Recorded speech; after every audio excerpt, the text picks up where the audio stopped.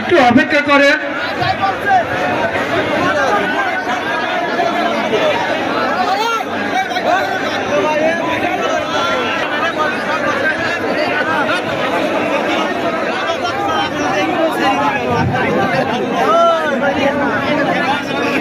ভালো দাঁত হলো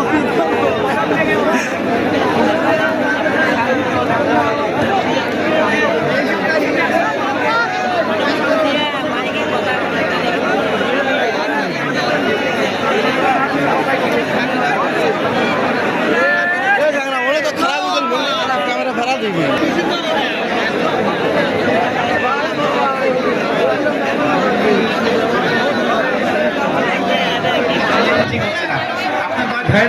একটু অপেক্ষা করেন।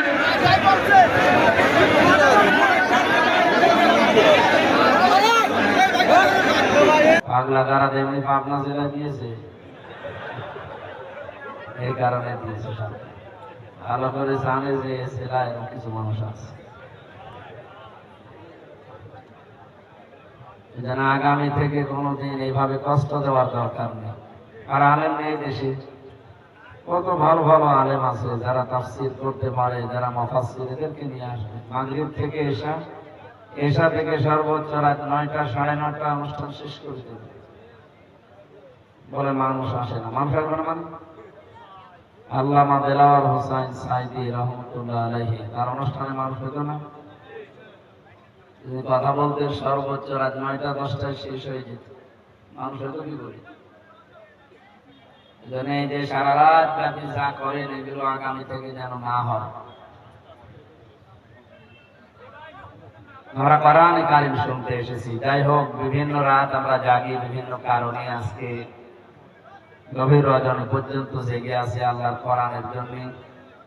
আল্লাহ রাব্বুল আলামিন আমাদের শ্বাস প্রশ্বাসে আমাদের আসল যেটা দরকার নেকি, মরণের পরে এটা সবচেয়ে বেশি কাজে লাগবে। যারা আখিরাতে বিশ্বাসী তাদের জন্য আজকের এই আলোচনা। আর যারা কিয়ামত আখিরাত এগুলো বিশ্বাস করেন না, তারা বাড়ি চলে যেতে পারেন, আপনার জন্য আজকে কিছু নেই। আল্লাহ আমাদেরকে স্বাধীন একটা দেশ দিলেন, এতদিন স্বাধীন ছিলাম, কিন্তু স্বাধীন দেশে আমরা ছিলাম পরাধীন। স্বাধীনতা কাকে বলে, সুখ কেমন, স্বাধীনতার স্বাদ কেমন, এখন কিছুটা হলেও পাওয়া যাচ্ছে। যদিও এখনো আমরা নিরাপদ না, চতুর্মুখী ষড়যন্ত্র এখনো চলছে। আপনারা বিশ্ব মিডিয়ার দিকে একটু চোখ বলান, দেখবেন এখনো পর্যন্ত এ দেশ নিরাপদ না। নিরাপদ হওয়ার জন্য যেগুলো দরকার ছিল ওগুলো এখনো হাতে আসে না। বাংলার 1628টা চেয়ারে এখনো অনেক জালেম বসা আছে, এমনকি অনেক জালেমের দশক পর্যন্ত এখনো বিভিন্ন কায়দা কৌশলে বসে আছে। এই জন্য আমরা চাই সংস্কার যখন আরম্ভ হয়েছে, এই দেশে যেন কোনো জালেম কোনো চেয়ারে আর না থাকে। যত জায়গায় জালেম আছে, জালেমদের দোষও আছে, সবগুলোকে বিদায় করে ঝাঁটিয়ে বিদায় করে দিয়ে ওই জায়গায় বৈষম্যের শিকার যারা ছিল তাদেরকে বসানো। আজকে আমি নাটোর জেলায় ছিলাম। নাটোর জেলার যিনি শ্রদ্ধাভাজন সম্মানিত এসপি মহোদয়, উনি 15.5 বছর বৈষম্যের শিকার হয়েছিলেন। তার যোগ্যতা ছিল, কিন্তু তার পদোন্নতি দেয়নি জালেমরা। তিনি এখন পদোন্নতি পেয়ে যোগ্যতা নিয়ে এখন জায়গা মতো এসেছে, ভালো ভালো কাজের আঞ্জাম দেবেন আশা করছি। বিশেষ করে বাংলাদেশের 64 জেলার ডিসি আর এসপি, এখন যেহেতু এমপি মন্ত্রী এগুলো নেই, এই মানুষগুলো যদি এখন হযরত ওমরের মতো হয়ে যায়, এই দেশটা একটা মিনি জান্নাত হয়ে যাবে ইনশাআল্লাহ। সুতরাং আমাদেরকেও চেষ্টা করা দরকার। আল্লাহ বলেন, আমি তোমাদেরকে নির্বাচিত করেছি, ওমা জাআলা আলাইকুম ফিদ-দীনি মিন হারাজ। আর দিনের উপরে চলতে গিয়ে যে বাধা বিপত্তিগুলো ছিল, এগুলো তোমরা দূর করে দিয়েছো। বিষয়টা এমন না, এই জাআলার ফাইল কর্তা সরাসরি আল্লাহ। আল্লাহ বলেন, আমি নিজে দূর করে দিয়েছি। সুতরাং জুলাই মাস এবং আগস্ট মাসের 5 তারিখের আগ পর্যন্ত যে বিশাল পাথর আমাদের উপরে ছিল, 1770 জন মানুষ জীবন দিয়েছে, 2780 জন মানুষ হাসপাতালে আছে। এইটার কারণে দেশটা স্বাধীন হয়ে গেল, বিষয়টা এমন না। আল্লাহ বলেন আমি নিজে এই জালেমদেরকে ধরেছি। আখাযনাহুম বাগতাতান ফাইযাহুম মুবলিসুন। জালেমদের যখন ধরলাম ওরা হতাশ হয়ে পড়েছে। এই জন্য জালেমদেরকে ধরার শব্দের ভেতরে আল্লাহ নিজে ফাইল, নিজে কর্তা। আখাযনাহুম, আমি নিজে তাদেরকে ধরলাম। বাগতাতান, আকস্মিকভাবে, হঠাৎ করে। ফাইযাহুম মুবলিসুন, এই মানুষগুলো হতাশ হয়ে গেল, এরা নিরাশ হয়ে পড়েছে। এমনকি তাদের জীবনের উপরও তারা এখন নিরাশ, কোনো গ্যারান্টি নেই তাদের। যেখানে দেশের জনগণ পাচ্ছে শুধু গর্ত থেকে একটু উঁকি দিলেই পিটিয়ে আইনের হাতে তুলে দিচ্ছে। আমরা আইন হাতে যেন তুলে না দেয়, যে যে অপরাধ করেছে আল্লাহ যেন সেই শাস্তি দুনিয়ায় তাকে দিয়ে তারপর মরণ দেয়। অনেকে মনে কখন বলে থাক না, মরে গেলেই তো হচ্ছে না, মরে গেলে তো সাদা গেল, ওকে তো অন্তত বাঁচানো লাগবে জাহান্নামের আগুন থেকে। ও আনফুসাকুম ওয়া আহলিকুম নার, নিজে জাহান্নাম থেকে বাঁচো আর ওদেরকে বাঁচাও। যে তোরা এই দেশের জন্ম নিয়েছে ওরা আমাদের আহাল, আমাদের পরিবারের লোক। আমরা চাই না যে মরণের পরে যে বিশাল জীবন আমাদের সামনে আসছে, এই জীবনে ওরা আবার আমলনামা হাতে নিয়ে অনন্তকালের জন্য কান্নাকাটি করুক। না, আমরা এটা চাই না। আপনাদেরকে ধোঁকা দিয়ে, বোকা বানিয়ে, প্রতারণামূলক কথা যারা শোনায়, আমরা ওই লাইনের লোক না। আমরা চাই আমরা যদি জাহান্নাম থেকে বাঁচার চেষ্টা করি, আপনাদেরকেও বাঁচাতে চাই। ইয়া আইয়ুহাল্লাযীনা আমানু আলাইকুম আনফুসাকুম লা ইয়াগুররুকুম মান দাল্লা ইযা তাদাইতুম ইলা আখির আয়া। ঈমানদারেরা, তুমি নিজেকে আগে বাঁচাও। তাহলে নিজে বাঁচা জাহান্নামের আগুন থেকে, এটা ফরজ। এটা কি বলেন তো? আর যারা আমার আহাল, এই পৃথিবীতে যারা মুসলিম তারা সব এক পরিবারের লোক। মুসলমানের বাইরে যারা আছে, সে যে ধর্মের লোক হোক, ওরা সব এক পরিবারের লোক। কথা বুঝতেছে? এই বাংলাদেশে এখন যদি বলে তাহলে অনেকের নামের আগে মোহাম্মদ লেখা আছে, এরা না। মোহাম্মদ লেখা থাকলে মুসলমান হবে, বিষয়টা এমন না। মুসলমান হওয়ার জন্য কয়েকটা শর্ত আছে। প্রথম শর্ত হচ্ছে আগা কেটে দেওয়া, নাকি না? আগা কেটে দিলেই যদি মানুষ মুসলমান হয়ে যায়, তাহলে ছাগল কি? ছাগলও মুসলমান। মুসলমান হওয়ার জন্য আল্লাহ ঈমানদারকে ডাক দিয়েছেন, ইয়া আইয়ুহাল্লাযীনা আমানু তাকুল্লাহা হাক্কা তুকাতিহি ওয়া লা তামুতুন্না ইল্লা ওয়া আনতুম মুসলিমুন। ঈমানদারেরা আমাকে ভয় করো, ভয় করার মতো, আর মৃত্যুবরণ করবা না যতক্ষণ মুসলমান না হতে পারো। সুতরাং এদেশে হয়তো ঈমানদার আছে, কিন্তু মুসলমান এদেশে কম না বেশি? যদি আমরা বেশি থাকতাম তাহলে এই 15.5 বছরের জুলুম আমাদের উপরে হতো না। আমরা মুসলমান কম আছি, মুমিন ঈমানদার আছে অনেক। এটা খেয়াল করে শুনবেন ভাই। অনেকের প্রশ্ন আসতে পারে, আবু জেহেল মুমিন ছিল না মুসলমান ছিল? বলেন তো ভাই। বললাম না কিছু লাগবে না, কি পাগল হয়ে গেছে? কিছু লাগবে না, নিয়ে যান, তার লাগে তার দিন। এখানে আসবেন না, কথা বলবেন না। আমি আধা ঘন্টা কথা বলে আর 10 মিনিট বলি, ভালো করে বোঝেন। কথা বলবেন না ভাই। আল্লাহ একজন আছে, আসমান জমিন আল্লাহ বানিয়েছে, এই কথা আবু জেহেল বিশ্বাস করতো না, নাকি? এরা আলেম আছে না? ওয়ালা ইন সাআলতাহুম মান খালাকাস সামাওয়াতি ওয়াল আরদা লা ইয়াকুলুনা আল্লাহ। বহু জায়গায় আল্লাহ এটা কোরআনে দিয়েছে। আল্লাহ বলেন, হে নবী, আপনি যদি আবু জেহেলকে জিজ্ঞাসা করেন যে আসমান জমিন কে বানিয়েছে, ও বলবে লা ইয়াকুলুনা আল্লাহ, গ্যারান্টি দিয়ে বলবে আল্লাহ বানিয়েছে। তাহলে আল্লাহ একজন আছে, বিশ্বাস ছিল না? এই কথা বলেন না কেন? এমনকি যেদিন বদরে যাবে ওই দিন কাবার গিলাফ ধরে বলছিল, কাবার মালিক তুমি একজন আছো, আমি জানি। মুহাম্মদের বিরুদ্ধে আজকে যাচ্ছে বদরের ময়দানে যুদ্ধ করার জন্য। সত্যের পক্ষে যে আছে তুমি তাকে বিজয় দিও। ওর দোয়া কবুল হয়ে গেছে, কারণ ও সত্যের পক্ষে ছিল না। সত্যের পক্ষে যিনি ছিলেন আল্লাহ তাকে বিজয় দিয়েছিলেন। কথা বলেন না কেন? তাহলে ওই জামানায় যারা আমরা কাফের মনে করি বা বলি যাদের, তারা যে আল্লাহ একজন আছে এই বিশ্বাস করে, কিন্তু তারা শিরিক করে আল্লাহর শক্তির সাথে বিভিন্ন শক্তি জুড়ে দিত। এই জন্য তারা মুশরিক। তারা কি বলে না কেন? এদেশে অনেকে এখন এই লাইনে আছে, আল্লাহ একজন আছে এরা বিশ্বাস করে, কিন্তু আল্লাহর সাথে বিভিন্ন শক্তিকে জুড়ে দিয়ে তারাও আবু জেহেল আবু লাহাবের মতো মুশরিক হয়ে মারা যাচ্ছে। এদেশে একটা ভুল কথা প্রচার করা আছে, কারা করেছে আমি জানি না, এই কথাটা পাল্টাতে হবে। যারা বলে সমস্ত ক্ষমতার উৎস জনগণ, এই কথাটা কুফরি, এটা শিরকপূর্ণ কথা, এটা কোরআনের সাথে পুরো সাংঘর্ষিক। আল্লাহ বলেন কুলিল্লাহুম্মা মালিকাল মুলক, হে নবী বলেন রাজত্বের মালিক আমি আল্লাহ। ইন্নাল্লাহা আলা কুল্লি শাইইন কাদির, সব কিছুর উপরে ক্ষমতা আমি আল্লাহ। যারা বলছেন ক্ষমতার উৎস, ক্ষমতার সবচাইতে বড় মাধ্যম জনগণ, এদের সাথে সাংঘর্ষিক না? বলেন না কেন? আবু জেহেল আল্লাহ আছে, আসমান জমিন আল্লাহ বানিয়েছে, এটা বিশ্বাস করার পরেও আল্লাহর আইনের সাথে, শক্তির সাথে, পাওয়ারের সাথে শিরিক করার কারণে, অংশীদার স্থাপন করার কারণে ও যদি মুশরিক মারা গেলে পরে আল্লাহ জান্নাত দেবেন, এটা ফাইনাল কথা। বলে না কেন? আমরাও যদি ওই রকম বিশ্বাসে থাকি আল্লাহ আমাদের জান্নাত দেবে, তাহলে এটা অবিচার হয়ে যাবে না? যারা আমাদের যাদের এই বিশ্বাস আছে ক্ষমতার উৎস জনগণ, আমরা এক্ষুনি পাল্টিয়ে যাব। ক্ষমতার উৎসকে আরো জোরে বলেন।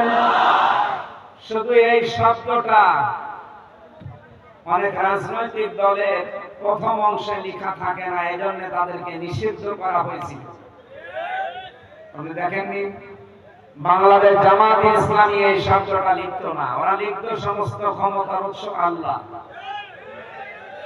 এই কারণে দেশের নাস্তিক, বেঈমান, রাম আর বাম সব এক জায়গায় হয়ে জালেমদের সহযোগিতা করে 1 তারিখে নিষিদ্ধ করে দিয়েছিলেন, না এদের আর চলতে দেব না।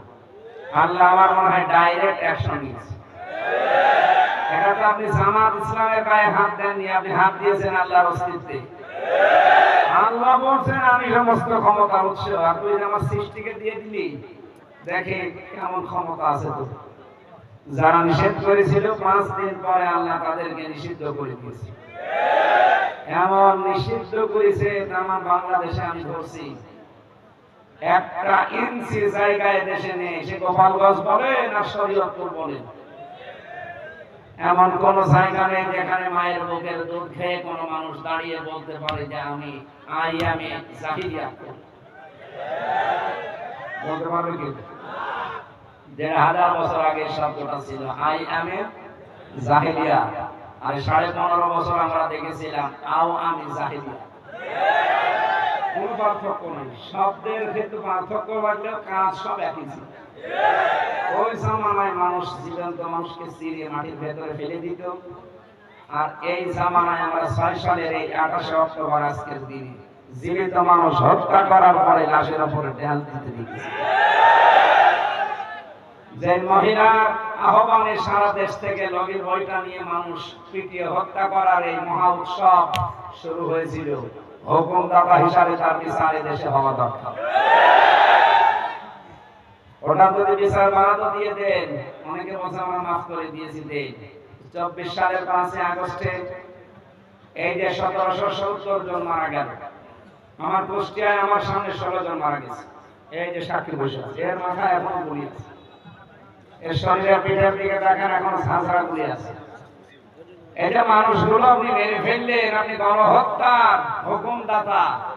পৃথিবীর আন্তর্জাতিক আদালতে অলরেডি মামলা হয়ে গেছে। আমার 2 মামলায় যদি 3 বছর জেল খাটা লাগে, তাও বিনা কারণে। যার 130টা মামলা অলরেডি হয়ে গেছে, 3 বছর করে হলে কত বছর হবে? শেষে একবার কবরে যাবে, এরপরে আবার উঠবে, এরপরে আবার যাবে। এই জন্য গণহত্যার সাথে যারা জড়িত, বিশেষ করে কতগুলো হত্যাকাণ্ড 2006 থেকে 2024 পর্যন্ত আমার এই দেশে সব রেকর্ড করা আছে মোবাইল। এগুলো যদি আমার মনে হয় এই দেশের মানুষ একটু দেখে আর বোঝে, কোনদিন এই সন্ত্রাসী সংগঠন যারা আছে তাদের উপরে স্বীকৃতি আসবে না। এখন অনেকে বলছে না এটা করা কেমন হবে। আরে ভাই, আপনার ছেলে যদি এরকম পরিচিত আপনি বুঝতে পারবেন। আপনার ছেলে যদি এরকম আয়না ঘরে থাকতো তাহলে আপনি টের পেতেন। এখানে কোনো মানুষ যদি অপরাধ যারা করেছে তারা আমাদের কাছে আসলে অনেকে এখন বলছে হুজুর আস্তাগফিরুল্লাহ পড়িয়ে দেন, আমারে তাওবা পড়িয়ে দিন। আমি আস্তাগফিরুল্লাহ পড়িয়ে দিলাম, আপনার তাওবা হয়ে গেল না, এই জীবনও হবে না। কারণ আপনি তো আমার কাছে অপরাধ করেননি, আপনি অপরাধ করেছেন জনগণের কাছে। আমি আস্তাগফিরুল্লাহ পড়াবো কি জনগণের থেকে না আল্লাহর এই কালাম দিয়ে? আমি আস্তাগফিরুল্লাহ পড়াচ্ছি আল্লাহ রাসূলের কালাম দিয়ে, হবে কি করে? আপনি কি আল্লাহ রাসূলের কাছে দোষ করেছেন? দোষ করেছেন জনগণের কাছে। এই জনগণ যতদিন মাফ না করবে আর মাফ পাওয়ার যে পদ্ধতিগুলো আছে এটা যতক্ষণ অ্যাপ্লাই না হবে আপনার মাফ হবে না। একটা হাদিস বলছে, মিলাদ তো এই খেয়াল করে শুনুন। নবীদের কাছে এক যুবতী মেয়ে এসে বলে, হে রাসূল, আমি জিনা করে ফেলেছি, আপনি আমাকে মুক্ত করেন। তার মানে আমার উপরে জিনার যে বিচার আছে এটা কায়েম করে দিন, তাহলে মুক্ত হয়ে গেলাম। হাদিস হচ্ছে পৃথিবীতে যে যে অপরাধ করবে ওই অপরাধের শাস্তি যদি দুনিয়া এসে পেয়ে যায়, মরণের পরে আল্লাহ ওই বিচার আর করবে না। এটা বেশ ভালোভাবে বুঝেছিল মুসলিম। এই মেয়েটি অন্যায়টা যৌবনের তাড়নায় যে কোনো ফাঁদে পড়ে করে ফেলেছে। ডাক দিয়ে বলেন, হে রাসূল, আপনি আমার উপরে বিচার শুরু করেন, আমি মুক্ত হতে চাই পাপ থেকে। আরেন যারা আছে বলেন তো, নবীজি কোন সময় বলতে পারতেন এই কথা মানুষকে আর বলবা না, গোপনে পাপ করেছো, গোপনে আস্তাগফিরুল্লাহ পড়ে দিবা, হয়ে যাবে, বলতে পারতেন না? বলেছি মহিলা তিনবার আসার পরে নবীজি তিনবার ফেরত দিলেন। তিনবারই মুখ ঘুরিয়ে বললেন, না চলে যাও, মেয়েটি নাছরবান্দা বিচার চাই। বিশ্বনবী বললেন, তুমি জিনা করার পরে গর্ভবতী হয়েছো? বলে হ্যাঁ। তোমার নাই দোষ আছে, এই পেটের সন্তানের তো কোনো দোষ নেই। বাড়ি চলে যাও, যতদিন সন্তানটা ডেলিভারি না হবে আমার কাছে আসবা না। খুব খেয়াল করে মিলাবে, সারা রাত বাসনা দরকার, 2 মিনিট যথেষ্ট। মেয়েটা যখন খালাস করেছে সন্তান, ডাক দিয়ে বলে, নবী আপনি তাড়াতাড়ি আমার মুক্ত করেন, এই দেখেন আমার ছেলে।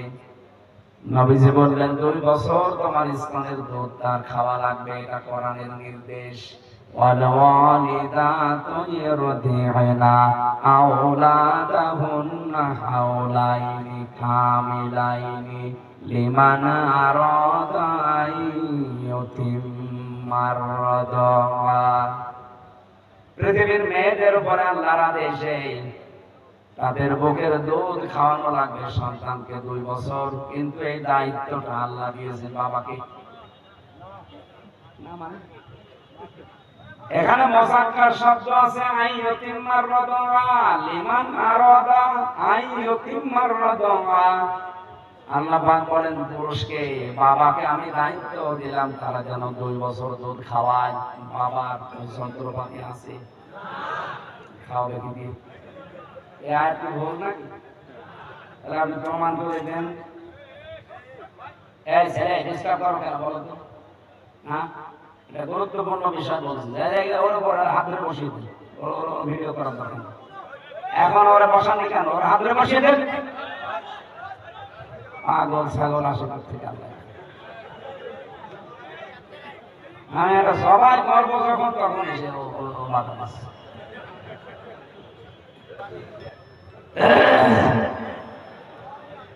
কি বলতেছিলাম বলেন তো?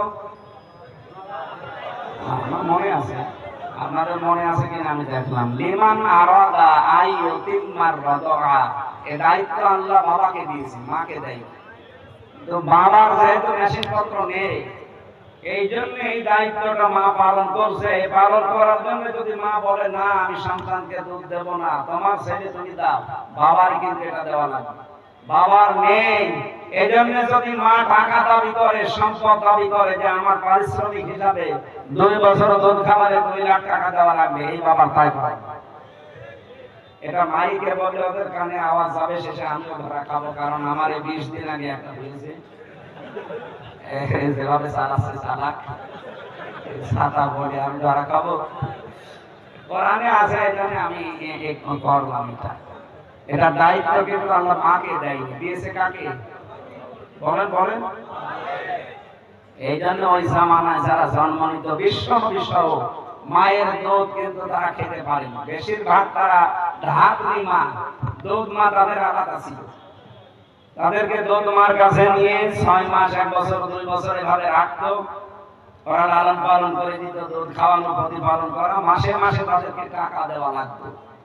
মেয়েরা যদি এখন বেঁকে বসেছে, না যেহেতু জানতাম না এখন জানলাম, আমরা আর ইসলামের দুধ দেব না যদি প্রতিটি সন্তানের জন্য 1 লাখ করে টাকা না দিই। দেশে বিয়ে করায় দেশে বন্ধ হতে হবে। আমি এই মাসলা আর কোনো জায়গায় বলবো না, তর্ক করছি, গোপনে বলা ভালো ছিল। সম্মানিত ভাইরা, তাহলে দায়িত্ব পেলাম এখানে, সন্তান আসার পরে 2 বছর দুধ দেওয়া লাগবে মায়ের, কিন্তু দায়িত্বটা কার? বসে আল্লাহ। কোন এলাকায় আসলাম তো? এই দায়িত্ব বাবা কার?